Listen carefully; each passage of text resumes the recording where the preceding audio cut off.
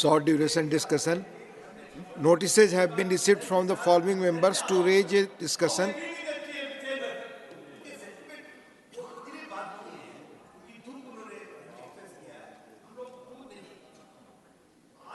जो हुआ है तो टोटल मिसअंडरस्टैंडिंग से हुआ है।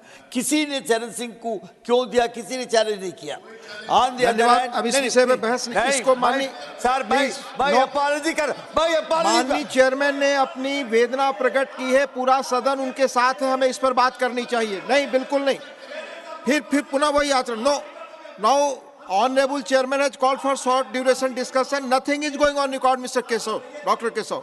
Notices have been received from the following members to raise a discussion on Shri Ram मंदिर की ऐतिहासिक निर्माण और प्राण प्रतिष्ठा, historic construction of Shri Ram temple and प्राण प्रतिष्ठा, श्री राम मंदिर के ऐतिहासिक निर्माण और प्राण प्रतिष्ठा, डॉक्टर सुधांशु त्रिवेदी, डॉक्टर के लक्ष्मण, श्री राकेश सिन्हा. डॉक्टर सुधांशु त्रिवेदी.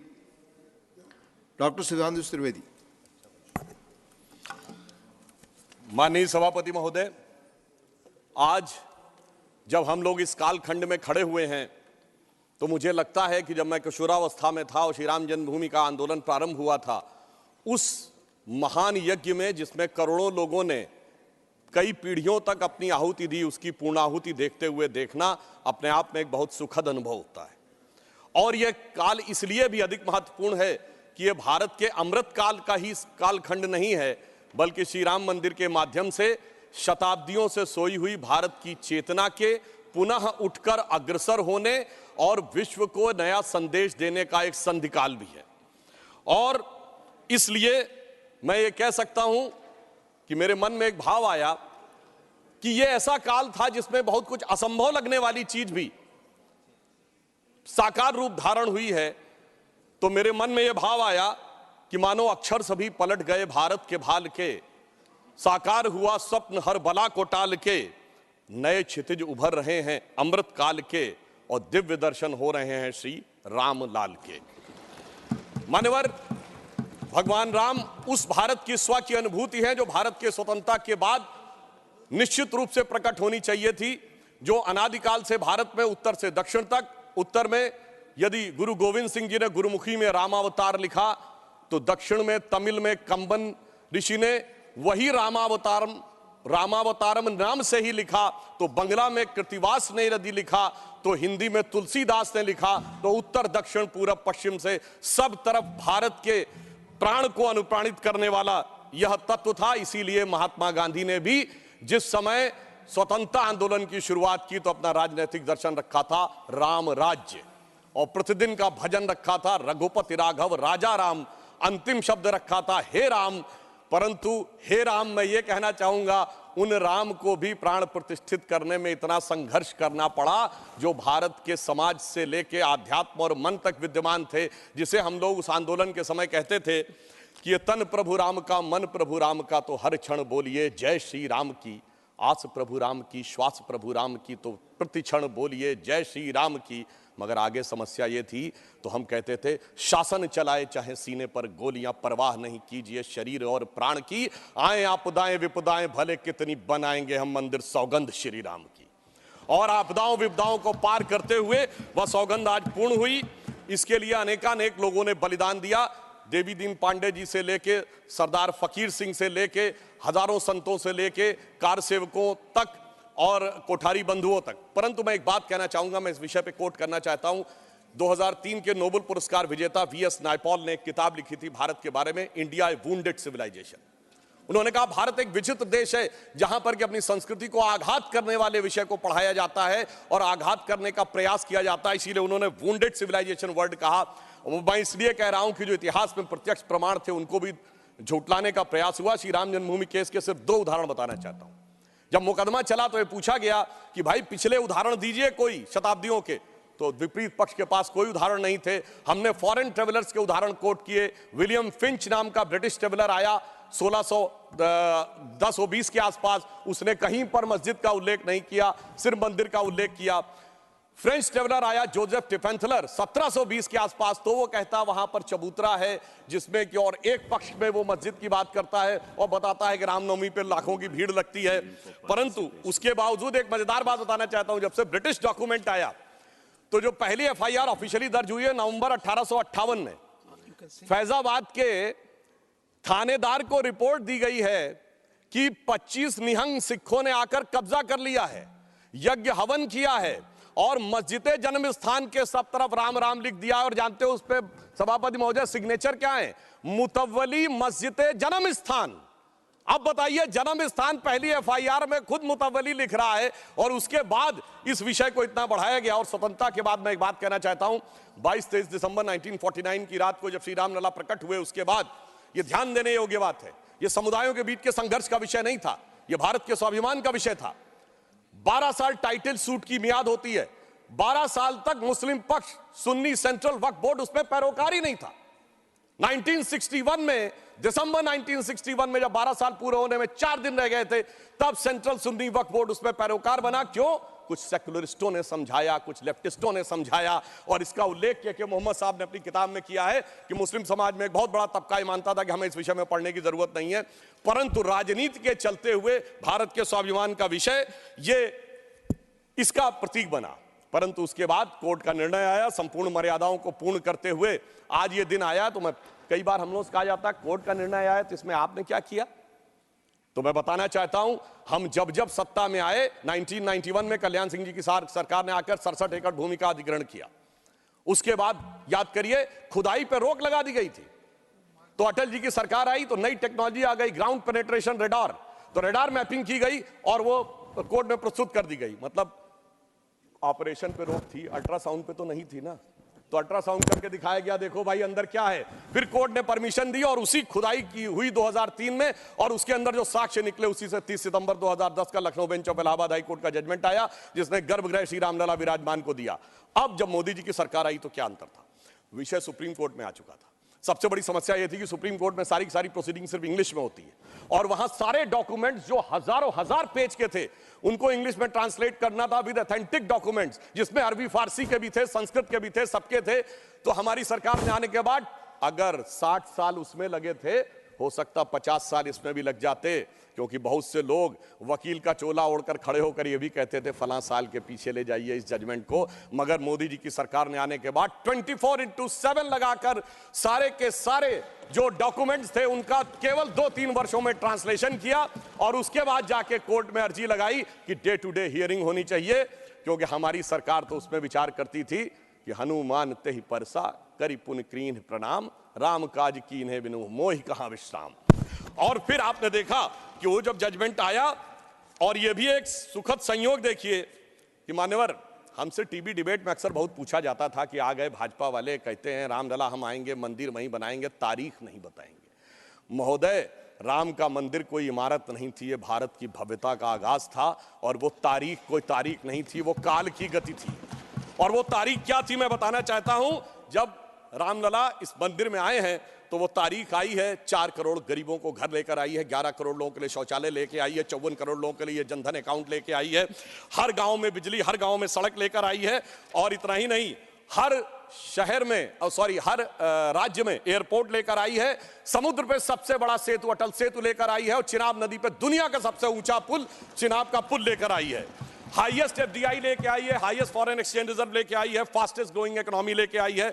और जनाब, वो फिल्म का डायलॉग होता था, तारीख पे तारीख, तारीख पे तारीख वाला इंडियन पैनल कोड को तारीख का हिस्सा बनाकर भारतीय न्याय संहिता लेके आई है, जो 3 साल के अंदर सारी तारीखों को खत्म कर देगा।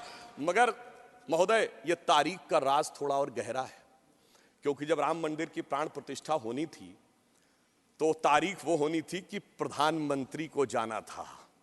यानी तारीख उसका इंतजार कर रही थी कि ऐसा प्रधानमंत्री आएगा जो उस दिन आकर प्राण प्रतिष्ठा करेगा। और वो प्रधानमंत्री भी कैसा होगा, जो कि पूरे राष्ट्र का सपोर्ट लेकर, हाँ बोल रहे हैं प्लीज, अरे भाई बोल रहे हैं madam please, not allowed, please बैठे आप, काहे परेशान हो रहे हैं? आपको इजाजत नहीं है, nothing is going on record, please. अरे सुनिए, आप बोले। महोदय, प्रधानमंत्री भी कौन होगा, जो पूरे देश का जनादेश लेकर आया होगा और दूसरी बार भी लेकर आया होगा, जो अपने घोषणा पत्र में यह लिख के लाया होगा कि हम राम मंदिर का प्राण प्रतिष्ठा करेंगे, हम निर्माण का मार्ग प्रशस्त करेंगे। यानी 140 करोड़ लोगों के जनादेश के साथ वो तारीख आने वाली थी जिस तारीख का इंतजार था। और महोदय, सिर्फ तारीख इतनी नहीं थी मान्यवर, अगर शास्त्रीय ढंग से प्राण प्रतिष्ठा होनी थी तो 11 दिन का उपवास रख के तपस्या भी करनी थी। तो ऐसा भी प्रधानमंत्री आने वाला था जो संकल्प लेकर 11 दिन की तपस्या करे। और मैं महोदय एक और बात कहना चाहता हूं, 11 दिन नारियल का पानी पी के हम में से कितने लोग तपस्या कर सकते हैं महोदय?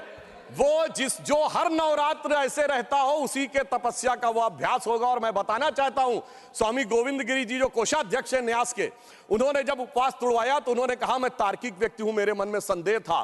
तो जब इनकी माता जी जीवित थी तो मैंने उनसे पूछा था, तो उन्होंने कहा 40 वर्षों से अभ्यास है ये उपवास रखने का, इसलिए 11 दिन शासकीय कार्य रखते हुए भी वो उपवास कर पाए। ऐसे व्यक्ति की प्रतीक्षा थी तारीख को।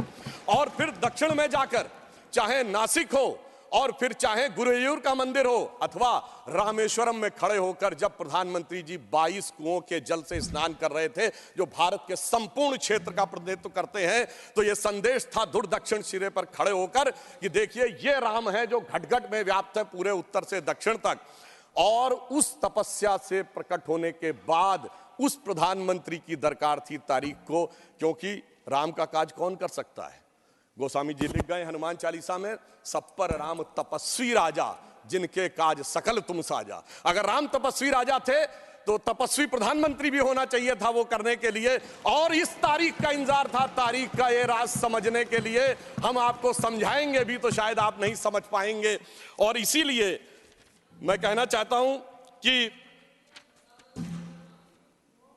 इतना ही नहीं, महत्वपूर्ण बात यह थी कि सब कुछ शांति और सौहार्द से निपट गया।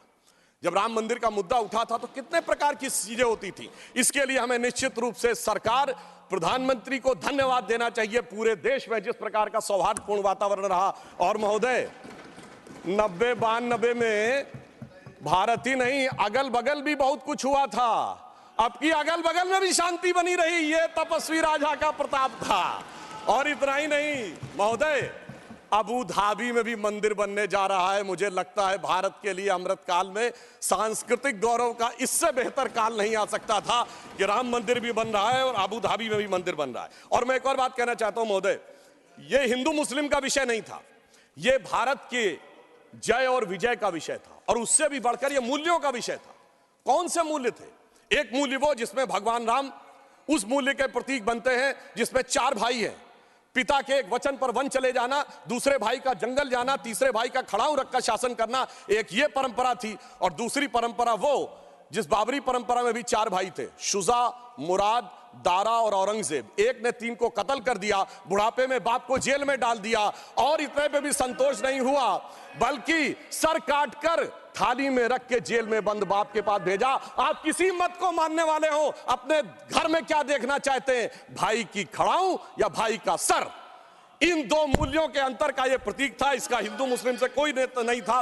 और मैं अपने विरोधियों को बताना चाहता हूं, मान्यवर, उर्दू में भी एक रामायण लिखी गई है, चकबस्त रामायण। और उसमें इसी मूल्य को अप्रिशिएट किया गया है कि जब भगवान राम राजा दशरथ से अनुमति लेकर जाते हैं तो उर्दू के प्रसिद्ध शायर चकबस्त ने, और वो लखनऊ के रहने वाले थे, उन्होंने लिखा है, रुखसत हुए वो बाप से लेकर खुदा का नाम, रुखसत हुए वो बाप से लेकर खुदा का नाम, और राहे वफा की मंजिलें अव्वल हुई तमाम। यानी उनको तो दिखा कि राहे वफा की कौन सी मंजिलें हैं जो अव्वल हो रही हैं। मगर क्या बताऊं महोदय, एक फैक्ट बताना चाहता हूं। 22-23 दिसंबर 1949 की रात को जब श्री राम लला प्रकट हुए तो सबसे पहले वो रोशनी किसने देखी थी? वो यूपी गवर्नमेंट का एक सिपाही था जिसका नाम था अब्दुल बरकत। उसने बाकायदा मजिस्ट्रेट के सामने बयान दिया है कि रात में उसको दिव्य रोशनी दिखी, और जब दिव्य रोशनी हटी तो वहां पर श्री राम लला विराजमान थे। अब्दुल बरकत को रोशनी 1949 में दिख गई, मगर कुछ सियासत वालों को रोशनी 2024 में नहीं दिख रही है।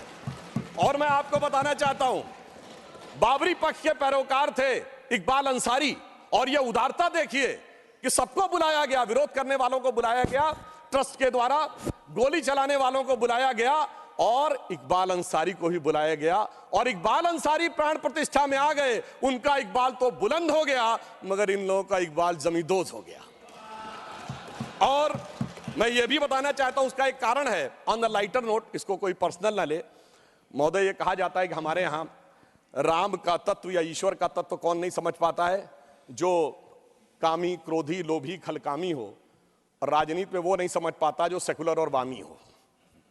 अब मैं ये बताना चाहता हूं महोदय कि जो लोग कहते हैं भगवान राम ने अपने जीवन में ये मंदिर किस चीज का प्रतीक है, कई लोग एक आध कोई शब्द लेकर बगैर पढ़े हुए, बगैर उस भाषा को जाने हुए अपनी बात कहने लगते हैं। तो मैं बताना चाहता हूं भगवान राम ने कौन मेरा भक्त है इसका बाकायदा उदाहरण दिया। उन्होंने लिखा है, जात पात कुल धर्म बड़ाई, धन बल परिजन गुण चतुराई। इन 10 चीजों से मैं नहीं मिलता। मैं कैसे मिलता हूं? भक्ति से मिलता हूं। ये सारी 10 चीजें हो किसी के पास और भक्ति ना हो, तो उन्होंने कहा भगतहीन नर मोहे ऐसे, जल बिन बारिध लागे जैसे। अर्थात अगर ये सब कुछ हो, जात पात कुल धर्म बड़ाई ये हो, भक्ति ना हो तो ऐसा जैसे बादल हो उसमें पानी ना हो। इसलिए भगवान ने इस बात का संदेश दिया। और मैं एक विषय और कहना चाहता हूं, जब राम मंदिर का निर्माण हो रहा था तो कहा जाता था साहब वैज्ञानिक प्रमाण दीजिए। मैं बस एक बिंदु विज्ञान का भी और बताना चाहता हूं। यह विशुद्ध विज्ञान है, क्योंकि अगर आपने रामचरितमानस के शुरुआती श्लोक पढ़े हो तो उसमें बहुत साफ लिखा, सीताराम गुणगाम पुण्यारण्य विहारिण्यो वंदे विशुद्ध विज्ञानो कबीश्वरो कपीश्वरो। अर्थात विशुद्ध विज्ञान महर्षि वाल्मीकि ने लिखा। और विज्ञान क्या है? पूछा गया था कि भगवान हुए कब, ये तो बताइए, यहां हुए कि नहीं ये बताइए। अब आप ये बताइए कि आज हम समय कहते हैं, उनका एग्जैक्ट टाइम लिखा है। जैसे आज हम टाइम कह रहे हैं, दिल्ली में कुछ और है, लंदन में कुछ और है, तो एक जीएमटी ग्रीनिच मीन टाइम बताया गया। पर अगर आपसे पूछा जाए टाइम का एब्सोल्यूट मेजरिंग पैरामीटर क्या है, which is equally applicable on earth, moon, solar system and any point in the space, it is only the relative positions of planet। और भगवान राम का वो exact relative positions of planet, जो Einstein का 4th dimension कहा जा सकता है, वो लिखा है कि मेष राशि में सूर्य था, मकर राशि में मंगल था, तुला राशि में शनि था, मीन राशि में शुक्र था। और जब नासा ने अपने प्लेनेटोरियम गोल्ड सॉफ्टवेयर में डाला तो 5114 बीसी की डेट निकल आई। इससे ज्यादा किसी को सबूत चाहिए? विज्ञान का वो सबूत मिला। और इतना ही नहीं, मैं बताना चाहता हूं, जिन लोगों ने अगर पढ़ी हो तो भगवान राम के जन्म के समय लिखा है कि चैत्र मास के समय शरद ऋतु थी। अंगद बताते हैं कि अश्विनी मास यानी आज के अक्टूबर के समय वसंत ऋतु थी। और इतना ही नहीं, कहा गया जब किष्किंधा से भगवान निकलते हैं तो धूमकेतु टकराया था मूल नक्षत्र से। और जब एस्ट्रोनॉमर्स ने इसकी गणना की तो वो ठीक डबल हो जाता है, 14,000 साल पीछे आता है। इसका मतलब प्रमाण देखने हैं तो प्रमाण जमीन के नीचे से भी निकले, शाही फरमानों से भी निकले और आसमान से भी निकले। समस्त मर्यादाओं को पूर्ण करते हुए हमारे ये इस विषय के ऊपर आए। और मैं एक बात और कह दूं, कभी कहा जाता था महर्षि वाल्मीकि ने तो रामायण भगवान राम के पैदा होने से पहले लिख दी थी, और कहा जाता है भविष्य में जाके लिख दी। कहा जाता है गप है, बकवास है, कैसे हो सकता है। महाभारत कहा जाता है वेद व्यास ने भूतकाल में जाके लिखी, वैशंपायन के समय। अरे ऐसा कैसे हो सकता है? मैं पूछना चाहता हूं, 1916 में आइंस्टीन की थ्योरी ऑफ रिलेटिविटी देने के बाद अब time travel forward, time travel backward बकवास है क्या? अगर किसी ने साइंस नहीं पढ़ी है तो उसे समझना चाहिए। मगर मैं ये नहीं कहना चाहता हूं इसको कह के, मैं कहना चाहता हूं हमारे ऋषि त्रिकालदर्शी थे और ये टाइम ट्रेवल तो बहुत छोटी बात थी जो अब धीरे धीरे लोगों को समझ में आ रही है। और मैं एक विषय और कहना चाहता हूं, हम सब ने भगवान राम के मंदिर तो देखा, वहां पर दूसरा सबसे बड़ा मंदिर कौन सा? हनुमानगढ़ी का। आपने हनुमान जी के सैकड़ों हजारों मंदिर देखे होंगे इस देश में, लवकुश का मंदिर देखा है कभी? नहीं। हमारे यहां पुत्र का महत्व नहीं है, शिष्य का महत्व है, भक्त का महत्व है। हमारे यहां बायोलॉजिकल सक्सेशन का महत्व नहीं है, स्पिरिचुअल सक्सेशन का महत्व है। इसीलिए द्रोणाचार्य के बेटे का स्थान ऊंचा नहीं है, शिष्य का स्थान ऊंचा है। इसीलिए हम हर जगह गुरु शिष्य परंपरा की बात करते हैं, पिता पुत्र परंपरा नहीं होती। भगवान राम का चरित्र इस बात का उदाहरण देता है कि हर जगह आपको हनुमान जी के मंदिर मिलेंगे, वो भी राम से ज्यादा मिलेंगे। और मैं अंत में यह कहना चाहता हूं महोदय, एक बार एक डिबेट में वो कहने लगे कि भाई you are talking about the Ram temple, how does Ram temple fits in the 21st century emerging India who aspires to become a technologically advanced and become the economic superpower with the youngest population, where does Ram Mandir fits in that? मैंने कहा सुनिए महोदय, हम 21वीं सदी में भारत को सिर्फ इकोनॉमिक, इंटेलेक्चुअल या मिलिट्री सुपर पावर नहीं बनाना चाहते, हम वर्ल्ड लीडर बनाना चाहते हैं। और जब वर्ल्ड लीडर बनाना चाहते हैं तो it should symbolise the certain set of values which will inspire the world. और अगर सारे श्रेष्ठतम मानवीय मूल्यों का प्रतीक कोई एक होगा तो वो भगवान राम का मंदिर होगा, जो विश्व के सबसे श्रेष्ठतम मानवीय मूल्यों का प्रतीक होगा। कैसे? मैं आधुनिक जियोपॉलिटिक्स से बताना चाहता हूं। आज कोई एक देश किसी पर अटैक कर रहा है, रशिया यूक्रेन की लड़ाई चल रही है, चाइना का ताइवान के साथ प्रॉब्लम चल रहा है, इराक और उसका चला। क्या है डिप्लोमेसी में? नंबर 1 एनेक्सेशन, दूसरे देश को मिला लो। दूसरा है सब्जुगेशन, वहां अपना डिप्यूटी अपॉइंट कर दो। और तीसरा है डोमिनेशन, उसके साथ संधि साइन कर लो। भगवान राम ने क्या लंका को जीतने के बाद एनेक्सेशन किया? नहीं। क्या वहां पर कोई अपना डिप्यूटी बैठाया यानी सब्जुगेशन किया? नहीं। कोई ट्रीटी साइन कराई, डोमिनेशन किया? नहीं। तो मैं कह सकता हूं आज के जियोपॉलिटिक्स वर्ल्ड में जब क्लैश ऑफ सिविलाइजेशन कहा जाता है तो उसका प्रतीक वो राम मंदिर दिखेगा जो पूरी दुनिया को बताएगा कि पीसफुल को एग्जिस्टेंस कैसे हो सकता है बगैर एक दूसरे से लड़े हुए। इसलिए मैं कह सकता हूं 21वीं सदी का महान भारत बगैर राम मंदिर के संभव ही नहीं है। और अंत में मैं सिर्फ ये कहना चाहता हूं, ये एक नया इतिहास बना है और ये हमारी सरकार और माननीय प्रधानमंत्री जी की उस दृढ़ इच्छा शक्ति का प्रतीक है जिसके लिए कहा जाता था अरे 370 कभी हटेगी नहीं, राम मंदिर कभी बन ही नहीं सकता। मगर ये वो लोग कहते हैं जो फूलों के हार पहनते हैं। हमारे प्रधानमंत्री जी अंगारों के हार पहनते हैं और जो अंगारों के हार पहनते हैं वो इतिहास को बदलने में निश्चित रूप से सफल होते हैं। इसलिए मैं अंत में ये कहना चाहता हूं, अपनी सरकार को बधाई देते हुए, श्री राम जन्मभूमि न्यास ट्रस्ट, हमने बहुत साफ कहा था हम मंदिर नहीं बनवा रहे, मंदिर न्यास बनवा रहा, हम सिर्फ मार्ग प्रशस्त कर रहे हैं। दूसरों ने कहा था कि हम वो बनवा रहे हैं। तो हम सिर्फ उनके लिए कहना चाहते हैं प्रधानमंत्री जी की तरफ से कि अंगार हार उनका जिनकी सुन हाँक समय रुक जाता है, अंगार हार उनका जिनकी सुन हाँक समय रुक जाता है, आदेश इधर कर देते हैं इतिहास उधर मुड़ जाता है। धन्यवाद। धन्यवाद। माननीय